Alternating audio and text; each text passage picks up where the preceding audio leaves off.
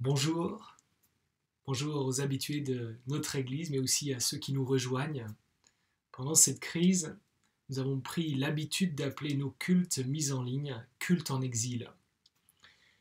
L'exil, c'est ce que des croyants de différentes époques ont dû expérimenter. Mais prenons l'exil babylonien.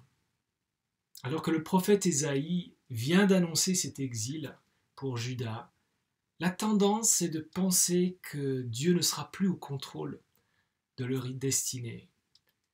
Pour l'époque, un exil, c'est comme la démonstration que Dieu a été battu par les dieux de la nation qui les a exilés, en l'occurrence les dieux babyloniens. Mais la grande question que Dieu pose est la suivante. À qui voulez-vous comparer Dieu ? Je vous invite à écouter Ésaïe, chapitre 40, versets 12 à 18. Qui a mesuré les océans dans le creux de sa main ?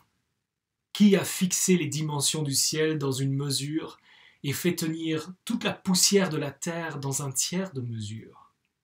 Qui a pesé les montagnes à la balance et les collines à la bascule ? Qui a compris l'esprit de l'Éternel ? Et quel homme a été son conseiller pour l'instruire ? Avec qui a-t-il délibéré pour se laisser éclairer par lui ?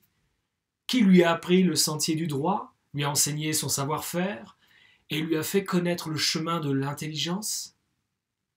Les nations sont pareilles à une goutte d'eau qui tombe d'un seau. Elles sont comme de la poussière sur une balance, et les îles comme une fine poussière qui s'envole. Les forêts du Liban ne suffiraient pas à alimenter le feu de l'autel, et ces animaux seraient en nombre insuffisant pour l'Holocauste. Toutes les nations sont réduites à rien devant lui. Elles comptent moins à ses yeux que le néant et le vide. À qui voulez-vous comparer Dieu ? À quelle représentation pourriez-vous le comparer ? Toutes ces questions et ces comparaisons ont pour but de nous faire voir qu'il est bien plus grand que nos représentations. Ce sont ces mêmes questions qui sont en arrière-plan du chant que nous allons entendre maintenant. Sentez-vous libre de chanter ou d'écouter notre Dieu.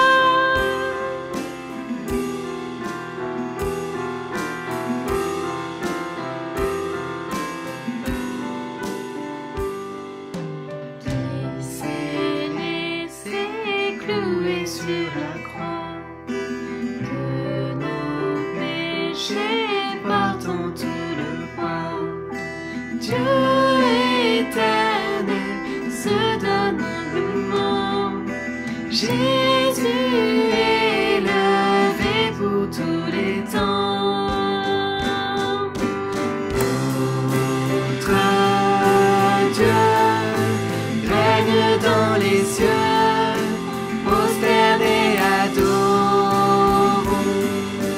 notre roi, nul n'est son égal, prosternés adorons-le.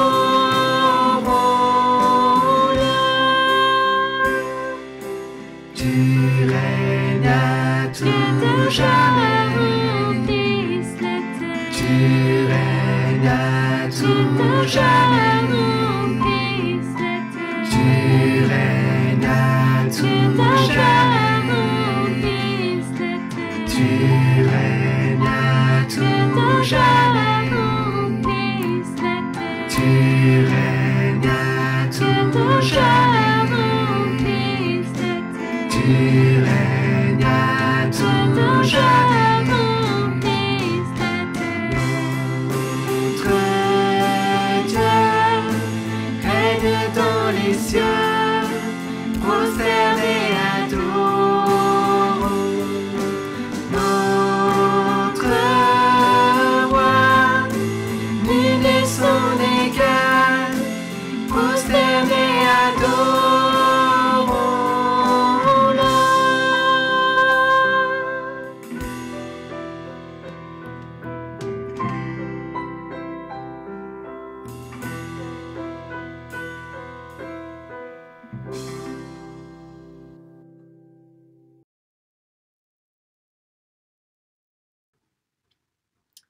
Je vous invite à la prière. Notre Dieu, notre Père, à l'écoute de ces questions, nous voulons reconnaître que toutes nos représentations de toi sont limitées, faussées. Elles ne tiennent pas compte de qui tu es, ni du fait que tu es le Créateur, ni du fait que tu règnes, ni du fait que tu es puissant, sage. Ta grandeur nous dépasse complètement. Nous te demandons pardon pour toutes les fois où nous te limitons et où nous négligeons la compréhension de qui tu es. Nous te remercions pour celui qui est venu et qui t'a révélé par sa puissance, par son autorité sur tous les éléments. Nous te remercions pour celui qui a vécu l'exclusion que nous méritions à notre place. Nous te prions, Père, de disposer nos cœurs à la louange, l'émerveillement, l'écoute de ta parole. Oui, dispose nos cœurs de sorte que nous comprenions qui tu es. Nous te prions pour nos autorités qui doivent gérer plusieurs crises simultanées, crise sanitaire, crise économique. Nous te prions de leur donner la sagesse dont ils ont besoin pour gouverner. Nous te prions pour nos concitoyens, ceux qui expérimentent de plein fouet les effets de cette crise. Nous te prions que tu leur accordes la grâce d'un réconfort, d'un secours. Nous te prions pour tous ceux qui servent d'une manière ou d'une autre en prenant des risques. Accorde-leur des forces renouvelées, ton amour, ta compassion. Et nous te prions pour notre Église. Donne-nous d'avoir un cœur sensible aux besoins qui nous entourent, un amour pour nos contemporains. Que ton amour, ta gloire nous saisissent, de sorte que nous puissions vivre de manière à te plaire. Au nom de Jésus. Amen. Quelques mots d'annonce sur la vie de notre Église. Il y aura lundi soir et mardi soir, à partir de 19h, l'étude commence à 19h30, il y aura une rencontre découverte pour ceux qui veulent découvrir l'Évangile, en l'occurrence Matthieu. Pour savoir comment vous joindre à cette rencontre, il y a des informations sur le site de notre église, sèvres72.org. Pour jeudi, il y aura une étude biblique sur Malachie qui sera disponible à tous sur la chaîne YouTube de notre église. Il y aura aussi un lien qui sera envoyé pour la réunion de prière qui la précède et qui, elle, ne sera disponible que pour les personnes qui reçoivent le mail de l'Église. Nous allons maintenant nous mettre à l'écoute de la parole et je vais prier. Notre Père, par ton esprit, ouvre nos yeux pour contempler les richesses de ta parole et accorde-nous par lui de la vivre pour la gloire de Jésus-Christ. Amen. Nous lisons dans le livre de l'Apocalypse, au chapitre 3, les versets 1 à 6. Écrit à l'ange de l'église de Sardes. Voici ce que dit celui qui a les 7 esprits de Dieu et les 7 étoiles. Je connais tes œuvres. Je sais que tu passes pour être vivant, mais tu es mort. Sois vigilant et affermis le reste, qui est sur le point de mourir, car je n'ai pas trouvé tes œuvres parfaites devant mon Dieu. Rappelle-toi comment tu as accepté et entendu la parole. Garde-la et repens-toi. Si tu ne restes pas vigilant, je viendrai comme un voleur, sans que tu saches à quelle heure je viendrai te surprendre. Cependant, tu as à Sardes quelques personnes qui n'ont pas souillé leurs vêtements. Elles marcheront avec moi en vêtements blancs, parce qu'elles en sont dignes. Le vainqueur sera habillé de vêtements blancs. Je n'effacerai pas son nom du livre de vie, et je le reconnaîtrai devant mon Père et devant ses anges. Que celui qui a des oreilles écoute ce que l'Esprit dit aux églises. Ces dernières semaines, il était question de la recherche du patient zéro. Le patient zéro désigne la première personne d'une épidémie à avoir été contaminée. C'est le cas en Chine, là où l'épidémie a démarré, mais aussi en France, dans le cas du premier porteur. En essayant de remonter dans le temps, en décembre, novembre de l'année dernière, on réalise que les premiers porteurs étaient vraisemblablement inconscients du danger et des conséquences de ce virus. Si on avait dit au patient zéro en Chine qu'il portait un virus qui allait causer la mort de centaines de milliers de personnes, est-ce qu'il l'aurait cru ? Et cette surprise peut s'étendre à toute personne qui ne perçoit pas les symptômes d'une maladie mortelle. Un médecin pose un diagnostic où le pronostic vital est engagé et quelqu'un pourrait réagir dans un premier temps en disant « Mais c'est pas possible, je me sens très bien. Mes amis n'arrêtent pas de dire que je suis en grande forme. Il doit y avoir une erreur dans le dossier. » La surprise dans le diagnostic, c'est ce qu'on entend dans la lettre rédigée pour Sardes. Je sais que tu passes pour être vivant, mais tu es mort.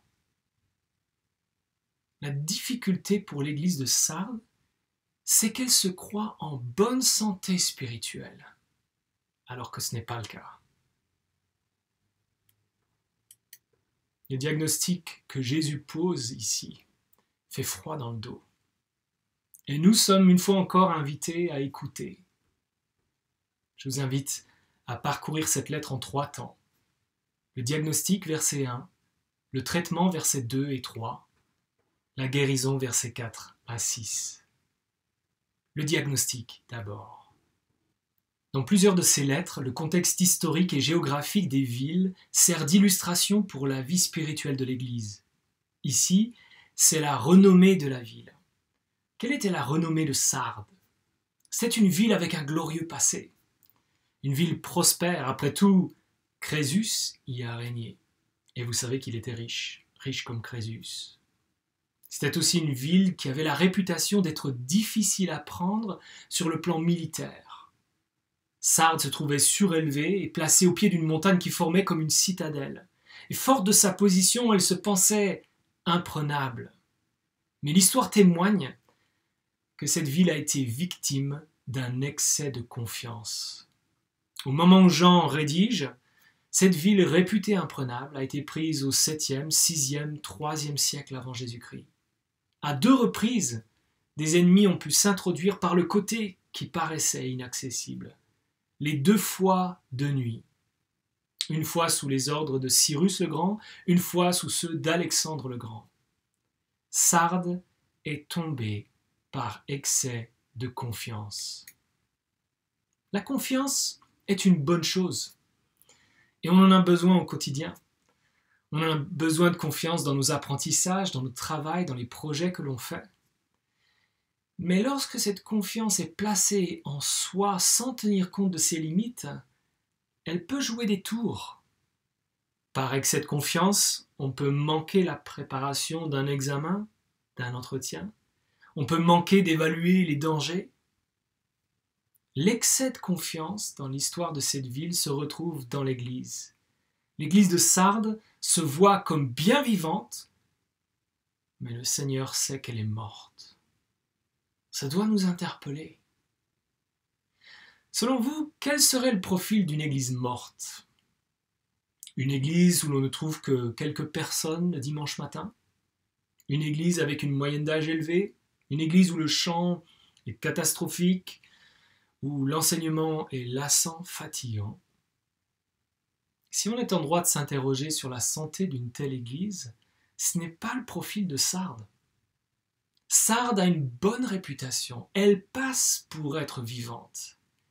L'équivalent contemporain serait plutôt une église avec une bonne participation le dimanche matin. On y chante avec entrain. Il y a un enseignement intéressant. En apparence, c'est une église très vivante. Mais le diagnostic est posé. Je sais que tu passes pour être vivant, mais tu es mort. Comment est-ce possible ? Fait surprenant, c'est la seule lettre parmi les 7 où le Seigneur ne dit rien de positif. Quel est le problème ? Il n'y a pourtant pas de traces de fausse doctrine, pas de Jézabel, pas de Nicolaïte. À la recherche de symptômes, on en trouve 2. Verset 2, « Je n'ai pas trouvé tes œuvres parfaites devant mon Dieu. » On pourrait mal comprendre « parfaite » en se disant « c'est pas parfait, mais qui est parfait ? Je me contenterai d'un très bien dans l'évaluation. » La NBS traduit « Je n'ai pas trouvé tes œuvres pleinement accomplies. » Si le Seigneur a pu détailler les œuvres de Thyatire en parlant de son amour, de sa foi, de son service, sa persévérance, ici, il constate que les œuvres de Sardes sont incomplètes. Incomplètes dans quel sens ? Incomplètes dans le sens où ils ont commencé en tant que disciples de Jésus, mais ils ne vont pas jusqu'au bout. Il y a des traces de cela. Incomplètes dans le sens où il y a l'apparence d'un engagement, mais justement c'est pour l'apparence. Il y a de cela aussi. Pour préciser les choses, certaines paroles de l'apôtre Paul peuvent peut-être nous aider. Quand il s'adresse à Timothée pour lui parler des dérives à venir, il dresse la liste des symptômes. Égoïsme, vantardise, orgueil, ingratitude, ami du plaisir plutôt que de Dieu. Et il conclut avec ce petit commentaire, 2 Timothée 3, verset 5. « Ils auront l'apparence de la piété, mais renieront ce qui en fait la force. » Ils auront l'apparence de la piété, mais renieront ce qui en fait la force. N'est-ce pas justement le problème de Sardes ? Où place-t-elle sa confiance ? N'est-ce pas en elle-même ? En sa réputation ? Ses œuvres passées ?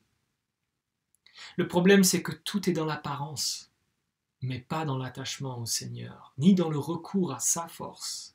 Ils se disent chrétiens, ils donnent l'impression d'être vivants spirituellement, mais c'est une façade, une apparence, une réputation, par excès de confiance en eux-mêmes. Le deuxième symptôme, ce sont les vêtements souillés mentionnés au verset 4. Certains commentateurs y voient une référence au culte d'idoles qui souille justement. Dans d'autres lettres, on se souvient de l'exclusion liée au refus d'adorer les idoles ou César. Ici, l'Église semble vivre dans un compromis permanent. En fait, ils veulent l'apparence de piété, mais sans en payer le prix. Ils veulent être vus comme spirituels par les croyants, mais ils ne veulent pas être mal perçus à l'extérieur. Et ça rejoint le premier symptôme. Ils veulent garder l'apparence de croyants, mais sans suivre les exigences radicales de Jésus. Ils gardent l'apparence, mais renie la force. En posant un tel diagnostic, quelle est l'intention du Seigneur? Entre le diagnostic du verset 1 et la remarque du verset 2, on constate que la mort définitive n'a pas encore été prononcée. L'Église est sur le point de mourir. Son pronostic vital est engagé, mais il y a une possibilité de guérison, d'où l'interpellation. On pourrait se demander si le diagnostic est fiable. Est-ce qu'il est trop dur? De qui vient-il? Le Seigneur se présente ici comme celui qui a les 7 esprits de Dieu et les 7 étoiles. Dans le chapitre 1, on retrouve le sens de ces expressions. Bien qu'il n'ait qu'un seul esprit, le chiffre 7 décrit symboliquement l'aspect complet de son œuvre. Ces 7 esprits décrivent l'œuvre que l'Esprit accomplit partout, ici dans la vie, qu'il donne aux 7 églises. L'Esprit est celui qui permet la nouvelle naissance, mais celui aussi qui permet la transformation de la vie du croyant. Qu'en est-il des 7 étoiles? Au chapitre 1, toujours, on lit que les 7 étoiles représentent des anges. Leur présence auprès des 7 églises témoigne du secours que Dieu offre aux chrétiens dans le témoignage qu'ils rendent. Autrement dit, le Seigneur est bien placé pour savoir si cette église est vivante ou morte. Il est bien placé pour savoir si elle compte sur des forces surnaturelles ou sur ses propres forces. Jésus ne juge pas sur la base d'une réputation, mais sur la base de sa connaissance. Comme un bon médecin, il connaît son patient et il met les mots justes pour décrire les symptômes. Ce que nous entendons ici de Sardes doit nous faire réfléchir. Est-ce que je suis attaché à une réputation, à l'apparence de piété? Mais en fait, tout est là. Il n'y a que la réputation. Est-ce que je me satisfais du compromis, l'entre-deux-chaises, d'un christianisme de surface, sans vraiment écouter les exigences de Jésus? Quand Jésus met le doigt sur un aspect en moi qui doit changer, est-ce que je l'écoute ou est-ce que je me dis intérieurement que ce n'est pas si grave que ça? Est-ce que j'ai envie d'être perçu à l'intérieur de la communauté comme un chrétien engagé? Par contre, à l'extérieur, je ne veux pas passer pour un extrémiste. Après le diagnostic, il est temps de parler du traitement. Traitement, versets 2 et 3. Quel traitement Jésus va-t-il recommander?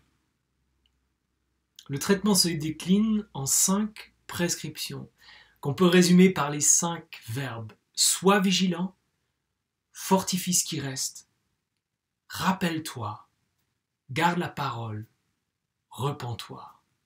On commence avec sois vigilant ou réveille-toi.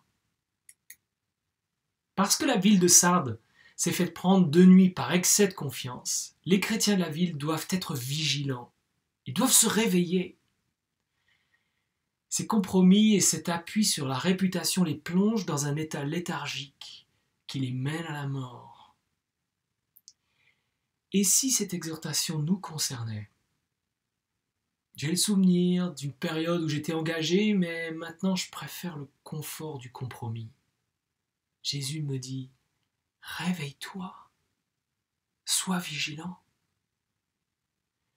Je veux le regard approbateur de mes frères et sœurs dans la foi, mais je ne suis pas prêt à subir les conséquences à l'extérieur. Jésus me dit: réveille-toi, sois vigilant. Je veux garder la réputation d'une personne engagée avec les chrétiens, mais je ne suis pas prêt à écouter ce que Jésus me demande de vivre. Jésus me dit: réveille-toi, sois vigilant. Et cette prescription est suivie d'une deuxième: fortifie le reste. Jésus ne nie pas qu'il y a eu un bon départ dans la foi. Il ne nie pas qu'il y a eu de bons désirs au début du cheminement. Mais il invite à fortifier ce qui reste. Le cardiogramme n'est pas encore à 0. Il est possible de fortifier ce qui reste. Oui, la course qu'on avait entamée est peut-être devenue une promenade de santé. Le zèle et les bons désirs du début se sont estompés, mais il est possible de fortifier ce qui reste. Comment ? C'est la 3e prescription. Souviens-toi, rappelle-toi donc comment tu as accepté et entendu la parole. En 2008-2009, j'ai vécu chez une dame âgée dans la banlieue de Londres. Elle est décédée il y a quelques semaines. Elle s'appelait Christine Chester. Je ne sais pas si c'est le cas pour d'autres personnes, mais Christine célébrait 2 anniversaires par an. C'est pas intéressant, non ? Elle fêtait l'anniversaire de sa naissance et l'anniversaire de sa nouvelle naissance, du moment où elle était devenue chrétienne. Pour le second, c'était l'occasion de se souvenir de l'intervention du Seigneur dans sa vie. Christine n'était pas issue d'une famille chrétienne. Elle a entendu l'Évangile alors qu'elle était encore jeune infirmière. Lorsqu'elle a compris l'œuvre de Jésus en sa faveur, le sens de sa mort et de sa résurrection, sa vie a été réorientée. Elle a arrêté son métier d'infirmière pour se consacrer à l'annonce de l'Évangile auprès des enfants. Si elle n'a pas entendu l'Évangile en tant qu'enfant, elle a voulu s'assurer que ce serait le cas pour d'autres. 6 décennies s'étaient écoulées, mais elle continue à se souvenir de l'Évangile, de l'intervention du Seigneur dans sa vie. Je ne dis pas qu'on doit tous fêter 2 anniversaires par an, mais si l'on veut fortifier ce qui reste, il va falloir se souvenir de ce que Jésus a fait pour notre salut. Rappelle-toi donc comment tu as accepté et entendu la parole. Se souvenir de sa mort, de sa résurrection, c'est ce qui nous permet de fortifier ce qui reste. Une fois qu'on a dit cela, on ne peut pas en rester à un simple souvenir. On vient de parler d'anniversaire. À quoi sert le fait de se souvenir d'un anniversaire si on n'en fait rien ? Quelqu'un nous demande si on s'est souvenu de son anniversaire et on lui dit « Oui, je me suis souvenu de ton anniversaire 2 jours avant et le jour même en fait.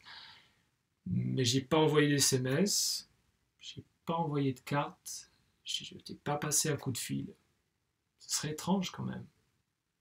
Se souvenir, c'est en vue d'agir. D'où l'exhortation à garder la parole. Garde la parole. Et notez la distinction, ce n'est pas garde ta réputation, c'est garder la parole. La tendance, c'est de vouloir projeter une bonne image de soi. Et pour garder une bonne réputation, on est tenté par toutes sortes de stratagèmes, de demi-vérité, de double réalité. Mais ce que nous avons à garder n'est pas une certaine image de nous-mêmes, c'est la réalité qui compte. Et le seul regard qui devrait vraiment compter à nos yeux, c'est celui du Seigneur. C'est sa parole que l'on voudra garder, appliquer. Et si nous sommes lucides sur nous-mêmes, cela devrait naturellement nous mener à la 5e prescription. Repens-toi. Écoutez Jésus ici, écoutez sa parole, c'est l'occasion d'une prise de conscience. L'occasion de lui dire nos offenses. La tendance à vouloir maintenir une apparence de piété, mais en vivant dans le compromis. La tendance à vouloir être vu comme quelqu'un qui dépend du Seigneur, mais qui en fait vit en comptant sur lui-même ou elle-même. Par repens-toi, il faut comprendre la nécessité, le désir d'un changement, d'une réorientation. À l'écoute de Jésus, quel changement est nécessaire pour nous aujourd'hui ? Comme le dit l'Écriture, aujourd'hui, si vous entendez sa voix, n'endurcissez pas votre cœur. Jésus ne nous laissera pas sans ressources si nous voulons lui plaire. Si nous sommes faibles et fragiles, son esprit est puissant pour nous vivifier, pour nous transformer. Seigneur poursuit en revenant à la première prescription. Si tu ne restes pas vigilant, je viendrai comme un voleur, sans que tu saches à quelle heure je viendrai te surprendre. réveille-toi, sois vigilant. Parce que l'alternative, c'est de ne pas être prêt quand Jésus viendra. C'est ce qu'il disait déjà à ses disciples. Et Sardes est bien placé pour savoir qu'on peut être surpris au moment où on ne s'y attend pas. Il est temps de parler de la guérison dans les versets 4 à 6. Quelle est votre réaction en écoutant le diagnostic de cette église, le traitement prescrit? Il y a probablement deux extrêmes. Il y a la réaction hypocondriaque, il y a la réaction du déni. Avec cette série de lettres de l'Apocalypse, on entend des exhortations fortes adressées à des églises différentes. Mais un peu comme un patient hypocondriaque qui lirait un manuel sur les maladies, on pourrait réagir à chacune en se disant « Mais c'est moi ! Ces symptômes, ce sont les miens. Ça, c'est moi.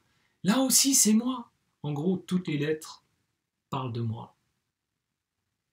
La conscience de certains d'entre nous est peut-être plus sensible, et la moindre exhortation peut mener à un examen de conscience profond, voire à un découragement.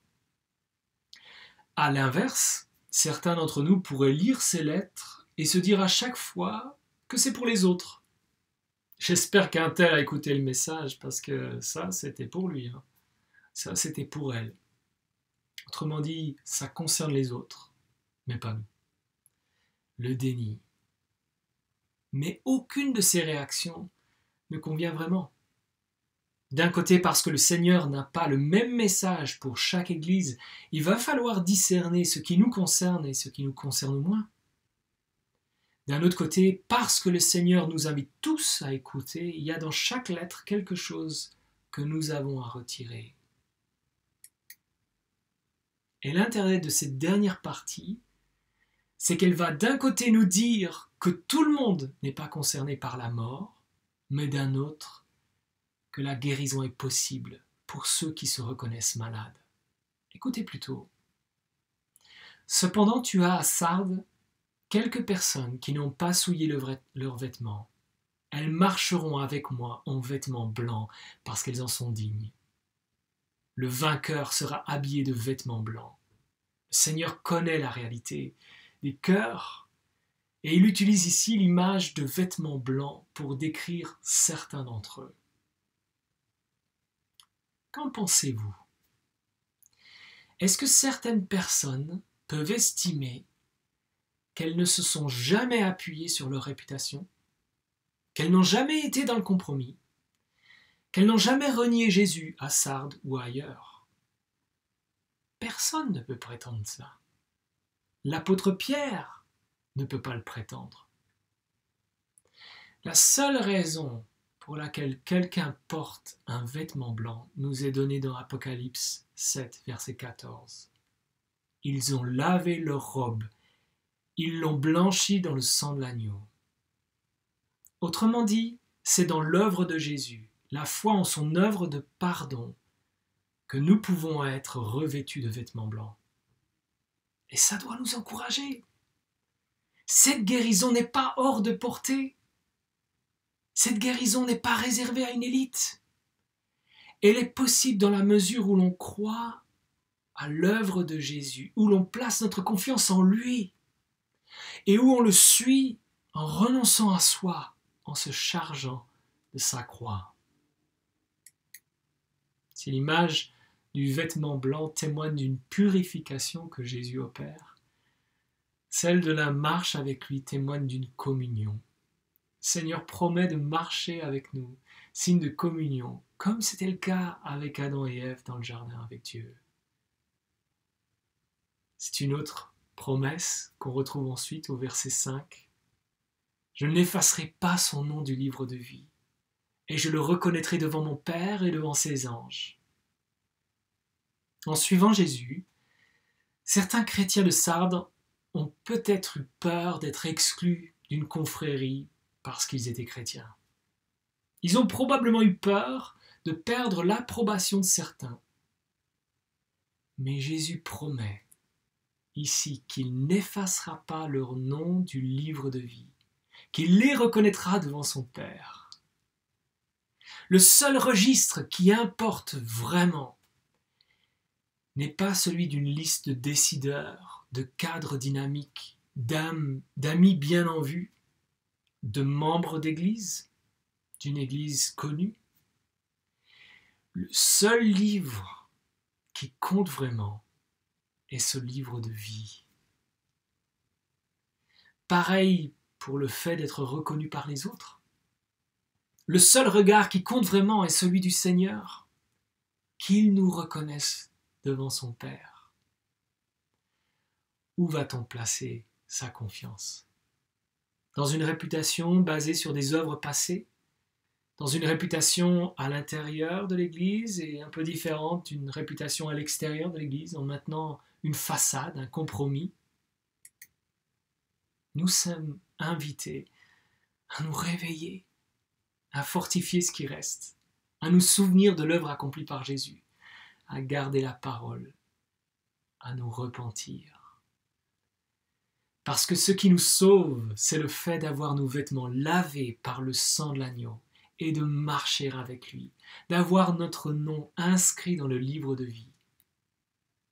Que celui qui a des oreilles écoute ce que l'Esprit dit aux églises.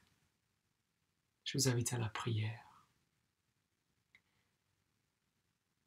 Notre Dieu, notre Père, nous te demandons pardon pour toutes les fois où nous comptons sur nous-mêmes plutôt que sur toi, où nous maintenons une religion basée sur l'apparence, la réputation, l'image que nous projetons.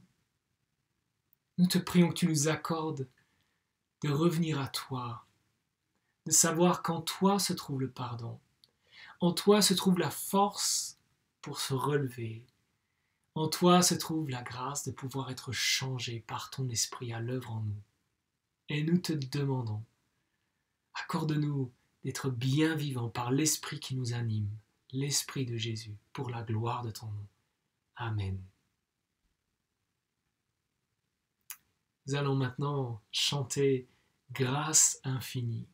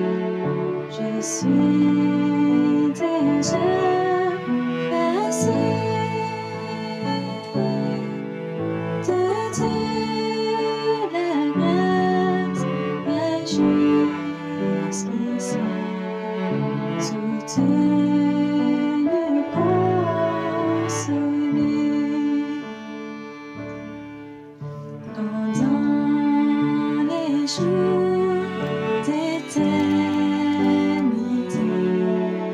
Oh Dieu, tous nous serons. Nous ne pourrons pas épuiser les jours qui restent. Il me libère, brise mes chaînes. Mon Dieu, mon sauveur, bénis, toujours nouvelle, sa bonté, l'amour immense, grâce infinie. La terre fondra comme la neige, le soleil s'éteindra, mais Dieu m'entraîne dans son cortège. Il est toujours à moi.